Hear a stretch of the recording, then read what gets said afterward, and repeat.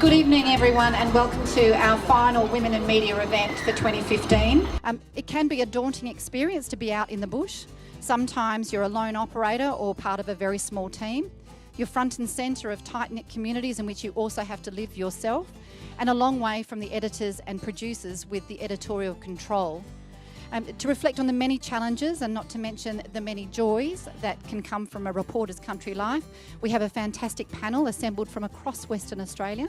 Tonight we're going to hear from a range of women who work in the media right across Western Australia, not just the people here, but also those who couldn't be here tonight, far-flung places like Kununurra and Broome and the Wheatbelt and even further south in the southwest. And I thought it was really important to include those people because we might forget about them if we don't see them, you know, in a city newsroom, and they might not come to the city very often, but they're doing some great work, and I really wanted to include them in this. I've spoken to them over the last couple of months. Things that really came through was the kind of skills that you can pick up when you are in the regions and when you're thrown into the deep end. Also the love that you can have for the place that you might not have known much about before you moved there. I'm going to move to London and I'm going to buy that Saab convertible that I've always wanted. Instead, I was in the windiest place on earth and doing a job that I didn't really know if I was any good at, and driving a ute.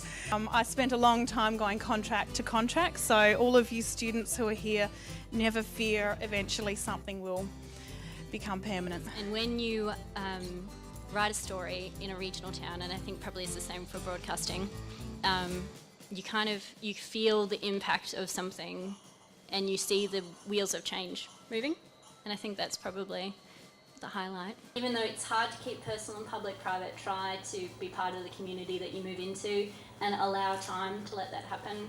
You can't expect it to happen straight away. And you know, what makes one community tick isn't it, like Rockingham and Bunbury and Mandurah, you know, took me ages to figure out what people cared about in each place, and that doesn't happen overnight, so allow time for that to happen, and then people will realise that you're there and they'll trust you and they'll go to you, and then you'll be part of the community, which is pretty cool. And getting to know the community, and my advice would be that you know your community, so when your editor turns around and says, oh no, I think this should be the lead, I think this should be the front, just dig your heels in and say no, they don't care about that. I want this to be the front, this is what matters to the community, and only you know that, especially when you're the only one out there and you're the only one getting the real feedback. Just know your audience and deliver. One really valuable piece of advice I was given was to kind of not, go in and listen to people, not have expectations of perhaps what a remote community was, what a person on the station did or was interested in.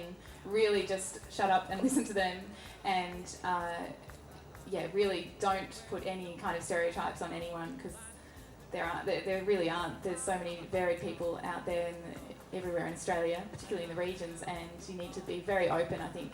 Thank you to our panel, and I urge you all, if you don't know any women who have had a regional experience, to go and say hello and find out some more of their stories that I'm sure they haven't shared tonight.